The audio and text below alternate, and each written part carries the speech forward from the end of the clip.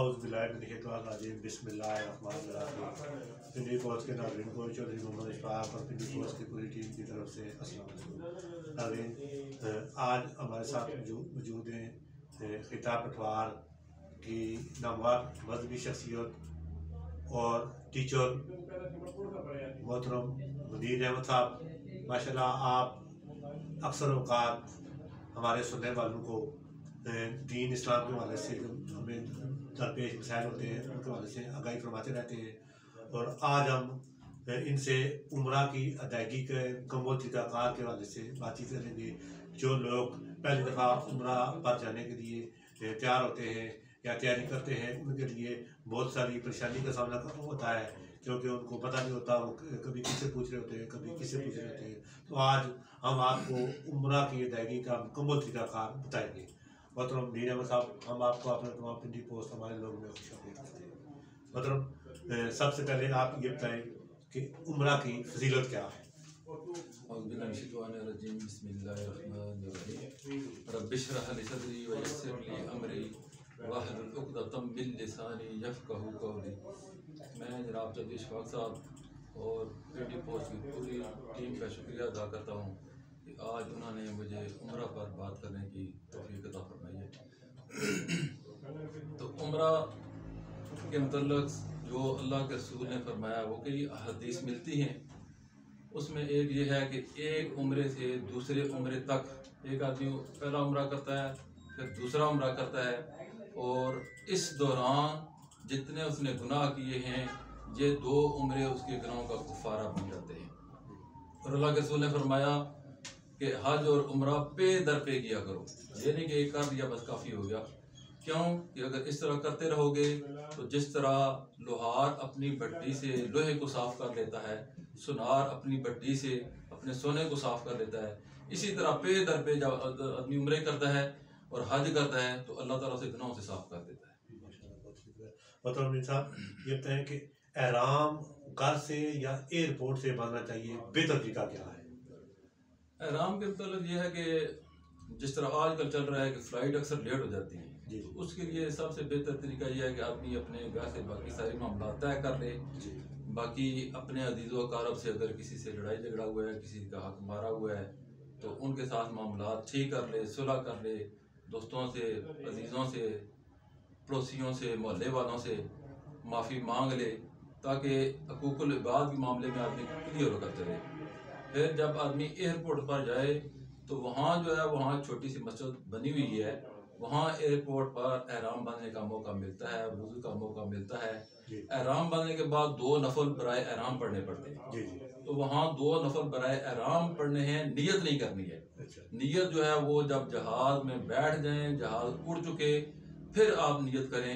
کیونکہ اگر آپ نے پہلے نیت کر لی ہو سکتا ہے کہ جہاز لیٹ ہو جائے، اس کی پرواز لیٹ ہو جائے، اور اس لیٹ ہونے میں آپ کو احرام کی پابندیوں کا سامنا کرنا پڑے گا. اور احرام کی پابندی توڑنے پر دم واجب ہوتا ہے. دم کا مطلب ہوتا ہے ایک دمبا یا بکرا دینا پڑتا ہے. تو پھر احرام کی پابندیاں ذرا مشکل ہو جاتی ہیں، زیادہ ہو جاتی ہیں. تو اس لیے یہ ہے کہ آدمی گھر سے احرام باندھ کر نہ جائے بلکہ ایئرپورٹ پر جائے، اور ایئرپورٹ پر اپنی جب بورڈنگ وغیرہ سارے معاملات کلیئر ہو چکے ہوں وہاں سے پھر جہاز میں بیٹھے.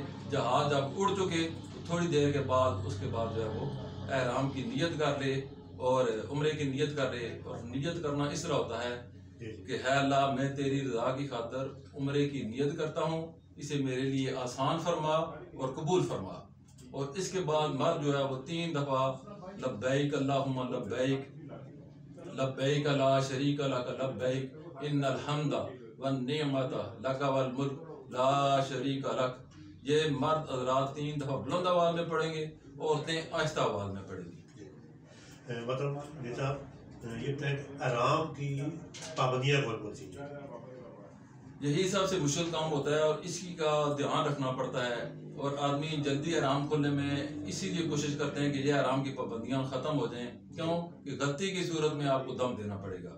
تو احرام کی پابندیوں میں یہ ہے کہ جب آپ نے احرام باندھ لیا ہے عمرہ کی یا حج کی، آج تو ہم عمرے کی بات کر رہے ہیں، تو جب عمرہ کی نیت کر لی ہے تو یہ ساری پابندیاں آپ پر لاگو ہو گئی. ان میں یہ ہے کہ آپ اس وقت خوشبو لگا نہیں سکتے، کسی خوشبو والی چیز کو چھو نہیں سکتے کیونکہ ہاتھ میں خوشبو لگ سکتی ہے. ٹھیک ہے. تو خوشبو نہیں لگا سکتے، آپ ناخن نہیں کاٹ سکتے، نہ اپنے نہ کسی کے، بال نہیں کاٹ سکتے، نہ اپنے نہ کسی کے۔ مرد کے لیے ایک ہے کہ مرد جو ہے وہ احرام کی 2 چادریں پہنے گا، ٹھیک ہے، اس کو 2 چادریں پہننا لازمی ہے۔ اور عورت کے لیے جو ہے کہ وہ عام اپنا جو لباس ہے اسی لباس وہی اس کا احرام کہلاتا ہے۔ اور مرد کے لیے ایک اور جو شرط ہے کہ اس کا جو پاؤں کی جو اوپر والی ہڈی ہے، ابری ہوئی ہڈی، یہ جو اوپر والی ہڈی ہوتی ہے، ٹھیک ہے، یہ ننگی ہونی چاہیے۔ اس کے لیے یہ ہے کہ یہ جو عام کینچی چپل پہنتے ہیں تو یہ چپل مناسب ہوتی ہے، اس میں وہ ساری شرطیں پوری ہو جاتی ہیں۔ باقی مختلف جوتے وغیرہ ملتے ہیں لیکن بعد میں یہ ساری شرطیں پوری نہیں ہوتی ہیں۔ یہ پاؤں کا جو اوپر والا حصہ ہے یہ ننگا ہونا چاہیے، یہ مرد کے لیے ضروری ہے۔ اور احرام کے دوران آپ نہ مکھی مار سکتے ہیں، نہ مچھر مار سکتے ہیں، نہ کوئی اور جاندار چیز کو مار سکتے ہیں۔ اور وہاں جا کر آپ اگر حرم میں پہنچ جاتے ہیں تو وہاں ٹہنی توڑنا، کوئی درخت کاٹنا، یہ بھی آپ کے لیے ممنوع ہے۔ اس طرح یہ احرام کی پابندیاں ہوتی ہیں جب تک احرام جاری رہتا ہے۔ اور میاں بیوی اگر آپس میں جا رہے ہیں تو اپنے سیکس کے حوالے سے کوئی ایسی بات وہ نہیں کر سکتے، یہ بھی احرام کی پابندیوں میں شامل ہے۔ محترم، یہ بتائیں کہ جدہ ایئرپورٹ سے مکہ مکرمہ آٹو تک کے سفر کے بارے میں بتائیں۔ اب یہ تقریباً 5 گھنٹے کے لگ بھگ سفر ہوتا ہے اسلام آباد سے جدہ تک کا۔ جی، تو آدمی احرام کی پابندیاں شروع ہو جاتی ہیں، پھر جدہ میں اترتے ہیں۔ تو جدہ میں اترنے کے بعد سب سے ضروری جو ہوتا ہے وہ اپنی بورڈنگ وغیرہ کرانی ہوتی ہے۔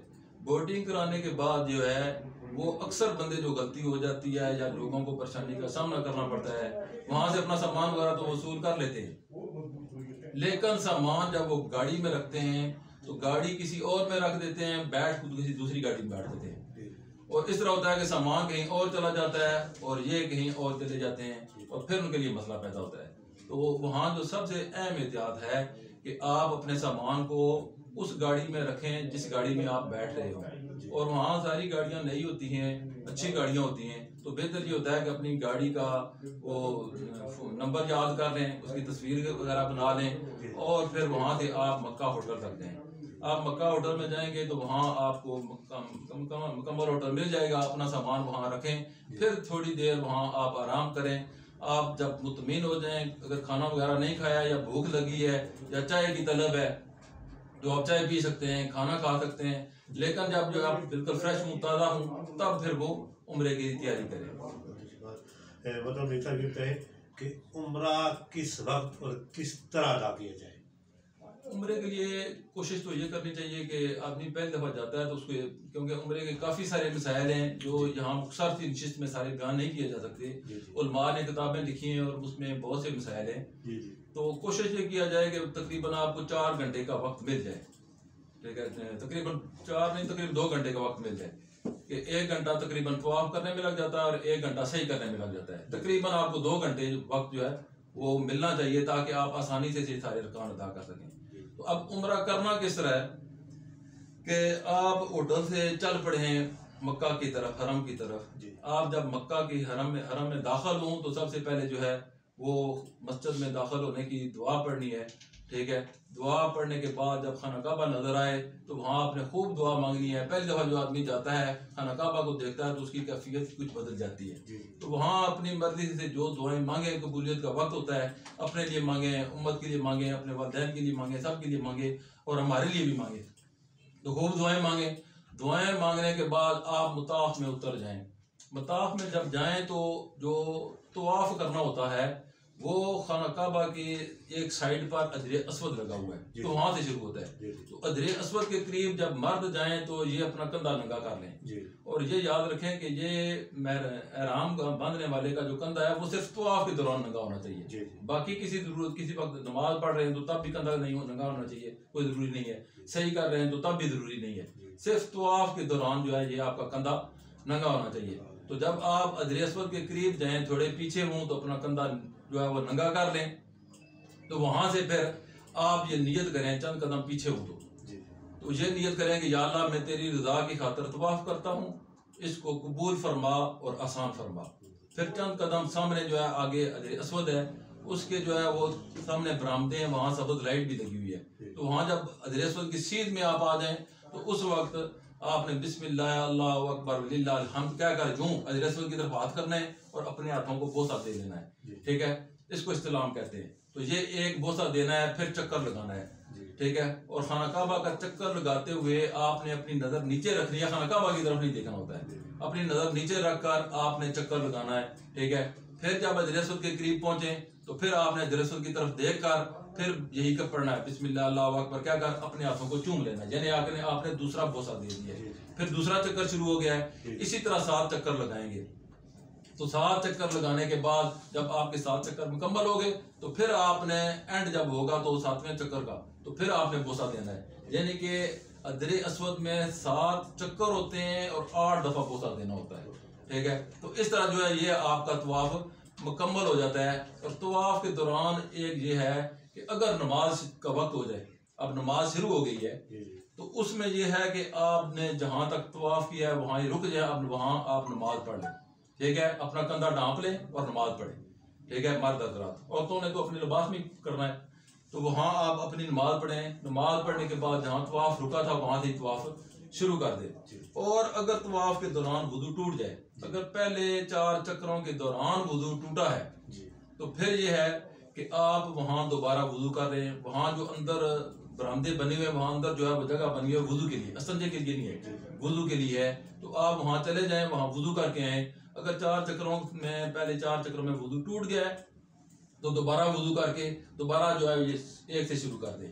اگر 4 چکر گزر چکے ہیں، 5ویں چکر میں یا 6ٹھے چکر میں وضو ٹوٹا ہے تو آپ نے جہاں سے وضو ٹوٹا تھا وہاں آپ جائیں وضو کر کے آئیں اور پھر وہاں سے شروع کریں. وہ 5 چکر آپ کے وہاں ہی موجود ہوں گے. آپ نے 6واں 7واں لگانا ہے.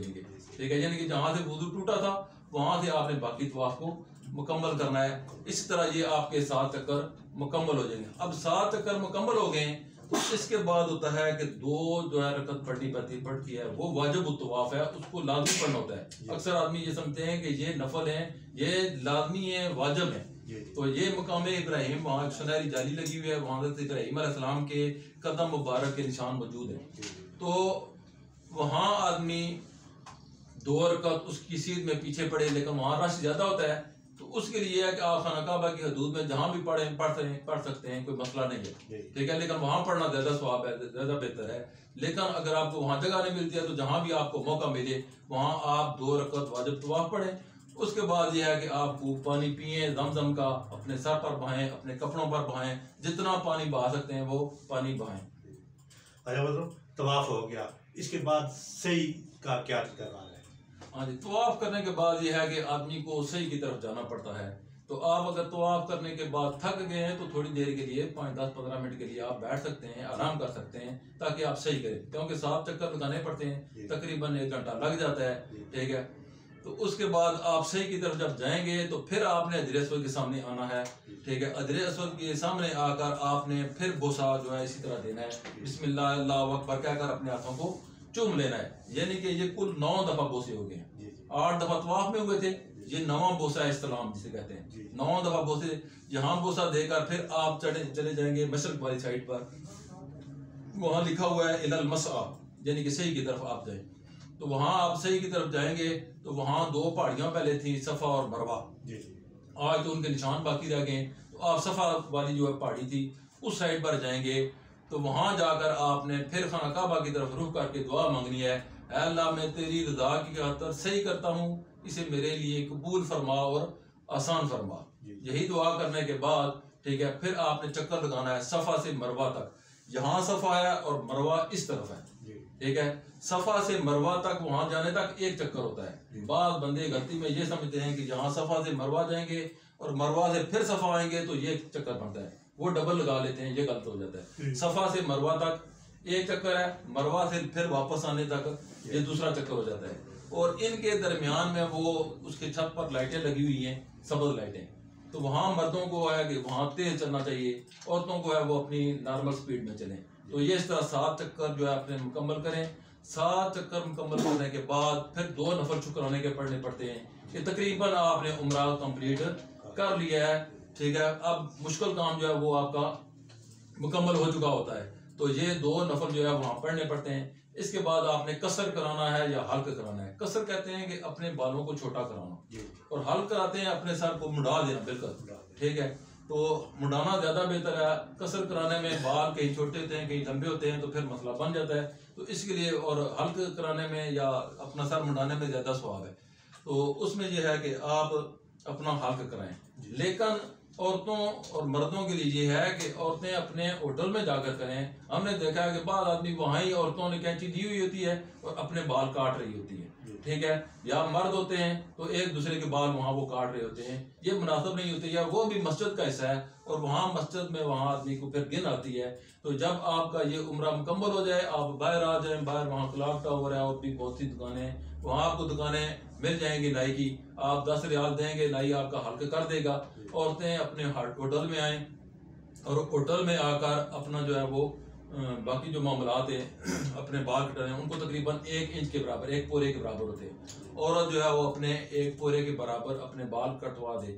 تو یہ ہے کہ جب تک آپ نے عمرہ مکمل نہیں کیا ہے، مرد کسی دوسرے کے نہ اپنے بال کاٹ سکتا ہے، اسی طرح عورت نہ اپنے کاٹ سکتی ہے نہ دوسرے کے کاٹ سکتی ہے۔ اس کے لیے یہ ضروری ہے کہ یہ 4 چیزیں اس کی مکمل ہو چکے ہیں، پھر وہ جب یہ 4 چیزیں مکمل ہو گئی ہیں پھر وہ آپ اپنے دوسرے 4 چیزوں میں کیا ہے کہ نیت باندھ کر نیت کر کے احرام باندھنا، طواف کرنا، سعی کرنا، اور چوتھی جو ہے یہ قصر کرنا، ٹھیک ہے۔ اس کے بعد آپ کی احرام کی پابندیاں ختم ہو جاتی ہیں اور اپنا آپ احرام کھول سکتے ہیں۔ ایک عمرہ ادا ہو گیا، اس کے بعد دوسرا عمرہ ادائیگی کرنے کا کیا طریقہ کار ہے؟ ہاں جی، ابھی یہ ہے کہ آدمی جاتا ہے تو پھر بار بار کوشش ہوتی ہے کہ آدمی عمرہ کرے۔ تو عموماً آج کا جو یہ ایجنٹ حضرات لے کر جاتے ہیں، پہلے مکہ لے کر جاتے ہیں، پھر مدینہ لے کر جاتے ہیں۔ تو مدینہ جب جائیں گے تو مدینہ سے واپس آئیں گے تو پھر آپ کو مدینہ سے باہر ذوالحلیفہ نامی ایک مسجد ہے، وہاں سے احرام باندھ کر آنا پڑتا ہے۔ تو دوبارہ جب اگر مکہ میں آپ موجود ہیں تو وہاں عائشہ مسجد قریب ہے، ٹھیک ہے، وہ چند کلومیٹر کے فاصلے پر ہے، تو وہاں سے، اور یا جہرانہ ہے، ٹھیک ہے، وہ تھوڑی سی دور ہے، اور طائف جو ہے جہاں حضور صلی اللہ علیہ وسلم تبلیغ کے لیے گئے تھے اور لوگوں نے پتھر مارے تھے، وہاں سے بھی لوگ عمرے کے لیے جاتے ہیں، تو وہ تقریباً 100 کلومیٹر کا فاصلہ ہے، وہ ذرا زیادہ دور ہے۔ یعنی کہ ان مقامات میں سے جہاں بھی آپ جائیں تو پھر آپ کو عمرہ کرنے کے لیے، تو اس کے لیے پھر وہی طریقہ ہوتا ہے کہ آپ مسجد عائشہ میں جاتے ہیں، یا مدینہ شریف سے آتے ہیں، یا جہرانہ سے آتے ہیں، یا طائف سے آتے ہیں، تو آپ کو پھر وہی نیت کرنی پڑے گی عمرے کی۔ مرد جو ہے احرام باندھیں گے، عورتوں کا تو وہی لباس ہوگا، مرد احرام باندھیں گے اور جو وہ کینچی چپل لگائیں گے، اور اس کے بعد پھر آئیں گے، پھر اسی طرح خانہ کعبہ کے ساتھ چکر لگانے، طواف کرنا ہے، صحیح کرنا ہے، اور پھر سر منڈانا ہے۔ سر منڈانے کا مطلب کہ آج آپ نے اگر عمرہ کیا ہے، دوبارہ کل کر رہے ہیں، تو آدمی کے سر پر تو بال ہیں ہی نہیں ہے، ٹھیک ہے، لیکن بے شک بال ہوں، لیکن آپ کے سر پر اس طرح پھروانا وہ ضروری ہے، اگر نہیں کریں گے تو آپ پر دم پڑ جائے گا۔ جی اچھا، مطلب مدینہ منورہ کی حاضری کس طرح کی جانی چاہیے؟ تو یہ آدمی، کوئی بھی آدمی حج کے لیے جاتا ہے یا عمرے کے لیے جاتا ہے تو پھر اس کو جہاں خانہ کعبہ کی زیارت نصیب ہوتی ہے، وہاں اللہ کے رسول کی زیارت بھی نصیب ہوتی ہے، تو وہاں جانے کے لیے یہ ہے کہ یہ بڑا ہی مقدس مقام ہوتا ہے۔ تمام انبیاء کے سردار حضرت محمد مصطفیٰ صلی اللہ علیہ وسلم وہاں موجود ہیں، ان کے ساتھ حضرت ابوبکر صدیق اور حضرت عمر رضی اللہ تعالیٰ عنہ موجود ہیں۔ تو یہ بڑی ہستیاں ہیں اور اللہ کے رسول ایسے ہیں کہ جن کی قسمیں اللہ نے کھائی ہیں۔ اب ان کے دربار میں جانا ہے، کل قیامت والا دن ہوگا، اسی نبی کا ہم دامن پکڑ رہے ہوں گے شفاعت کے لیے، تو وہاں بڑے ادب کے ساتھ جانا چاہیے۔ تو جیسے ہی آپ کا مکہ سے مدینہ کی طرف سفر ہو تو آپ کثرت سے درود شریف پڑھنا شروع کر دیں۔ مکہ میں جو افضل عبادت ہے وہ عمرہ کرنا یا طواف کرنا ہے، ٹھیک ہے، اور مدینہ شریف میں جو افضل عبادت ہے وہ اللہ کے رسول پر کثرت سے درود شریف پڑھنا ہے۔ باقی بھی عمل کر سکتے ہیں لیکن درود شریف جو ہے وہاں پڑھنا وہ سب سے افضل عبادت ہے، تو آپ درود شریف کا کثرت جو ہے کرتے جائیں اور درود شریف پڑھتے جائیں۔ جب مدینہ شریف پہنچیں تو اپنا سامان وغیرہ ہوٹل میں رکھیں، ہوٹل میں رکھنے کے بعد پھر آپ کوشش کریں کہ آپ غسل کریں، نئے کپڑے پہنیں، خوشبو لگائیں، مسواک کریں، اور نہایت ادب سے کہ آج میں اللہ کے رسول کے سامنے پیش ہونے لگا ہوں۔ تو وہاں سب سے پہلے باب السلام ہے، یہ جدھر محراب ہے اس طرف ہے، باب السلام میں داخل ہوں، تو باب السلام میں داخل ہونے کے بعد آپ کو پہلے ریاض الجنہ بائیں طرف نظر آئے گا۔ ریاض الجنہ وہ ہے کہ اللہ کے رسول نے فرمایا تھا میرے گھر اور میرے ممبر کے درمیان یہ جو حصہ ہے یہ جنت کا ٹکڑا ہے، اسے ریاض الجنہ کہا جاتا ہے۔ تو وہاں آپ وہاں کے ساتھ وہ ساتھ سے گزریں گے، آپ کو ریاض الجنہ نظر آئے گا۔ پھر آگے جائیں گے تو اللہ کے رسول کا روضہ مبارک نظر آتا ہے، تو وہاں پہلا جو سوراخ آتا ہے اس کے سامنے کسی کی قبر نہیں ہے، پھر آگے دوسرا جو سوراخ نظر آتا ہے اس کے اوپر لکھا ہوا ہے محمد الرسول اللہ صلی اللہ علیہ وسلم. تو اللہ کے رسول پر آپ نے درود و سلام پڑھنا ہے، اپنے دل کی جو مرادیں ہیں وہاں پیش کرنی ہے، اللہ کے رسول کو اپنی شفاعت کے لیے درخواست کرنی ہے. ٹھیک ہے، وہاں جو آپ اپنی محبت کا عقیدت کا جتنا اظہار کر سکتے ہیں، ٹھیک ہے، وہاں اپنا کریں. اس کے بعد خلیفہ بلا فصل سیدنا حضرت ابوبکر صدیق ہیں، وہاں ان کی دربار میں آپ نے سلام پیش کرنا ہے. اس کے بعد خلیفہ ثانی سیدنا حضرت عمر فاروق رضی اللہ تعالیٰ عنہ ہیں، ان کے دربار میں آپ نے سلام پیش کرنا ہے. اس کے بعد جو ہے وہ آگے آپ دروازے سے نکل جائیں گے. پھر اگر آپ واپس آنا چاہتے ہیں تو پھر گھوم کر دوبارہ اسی طرح جس طرح یہ ٹیبل بنا ہوا ہے کہ جہاں سے لوگ آتے ہیں، ٹھیک ہے، اور اللہ کے رسول کو دربار پر وہ سلام پیش کرتے ہیں اور اگلے دروازے سے نکل جاتے ہیں. اگر کوئی دوبارہ پیش کرنا چاہے تو پھر یوں گھوم کر دوبارہ اس طرح آ سکتا ہے. تو جتنی دفعہ آدمی آنا چاہے تو بار بار سلام پیش کرنا چاہے تو پیش کر سکتا ہے. اور وہاں جو ہے کثرت سے انسان کو کوشش کرنی چاہیے، کیونکہ یہ زندگی میں بار بار موقع ملتے نہیں ہیں. جتنا موقع ملے وہاں کثرت سے درود و سلام پڑھتے رہیں، اللہ کے رسول کی دربار میں حاضری دیتے رہیں. اور ریاض الجنہ میں جانے کے لیے وہ مختلف انہوں نے ایپ بنائی ہوئی ہیں. ٹھیک ہے، تو ایپ میں پھر آپ کو پہلے اجازت لینی پڑے گی، تو یہاں سے پھر کچھ کوشش کریں کہ طریقہ سیکھ کر جائیں. وہاں بعد ہوا کسی آدمی کو موقع نہیں ملتا. پہلے تو یہ ہوتا تھا کہ کوئی بھی آدمی ریاض الجنہ میں جا سکتا تھا، لیکن اب انہوں نے اس طرح کیا ہے کہ پہلے اجازت لینی پڑتی ہے موبائل پر. آپ وہ موبائل پر اجازت لیں گے، وہ آپ کو میسج بھیج دیں گے کہ آپ کا فلاں وقت میں فلاں جگہ فلاں وقت میں آپ جو ہے ریاض الجنہ میں جا سکتے ہیں. آپ جب جائیں گے وہ آپ سے موبائل کا کہیں گے کہ اپنا میسج دکھائیں. اپنا میسج آپ دکھائیں گے تو پھر آپ کو جانے کے لیے وہاں موقع ملے گا. تو وہاں ریاض الجنہ میں یہ جنت کا ٹکڑا ہے. ٹھیک ہے، تو یہ سمجھ لیں کہ ہم جنت میں پہنچ چکے ہیں. یہ جس کو سعادت نصیب ہو جائے تو وہاں اپنے لیے دعا کرے، اپنے والدین کے لیے کرے اور پوری امت مسلمہ کے لیے دعا کرے. ناظرین، ہمارے ساتھ موجود تھے محترم ماسٹر میر احمد صاحب، خاص طور ایسے لوگ جو پہلی مرتبہ عمرہ کی ادائیگی کے لیے ارادہ کر رہے ہیں یا جا رہے ہیں، ان کو ان محترم کی باتیں سن کر کسی پریشانی کا سامنا نہیں کرنا پڑے. انہوں نے گھر سے تیاری کرنے اور گھر سے چلنے سے لے کر آخر دم تک جو کچھ آپ نے وہاں پہ کرنا ہے محترم نے ایک ایک چیز بالکل صاف اور واضح طریقے سے بتا دی ہے. ماسٹر منیر احمد صاحب، آپ نے ہمیں وقت دیا، ہمارے سننے والوں کو عمرہ کی ادائیگی سے متعلق آگاہی دی، آپ کا بہت بہت شکریہ. ناظرین، اسی کے ساتھ ہی آپ سے اجازت لیں گے. خدا حافظ.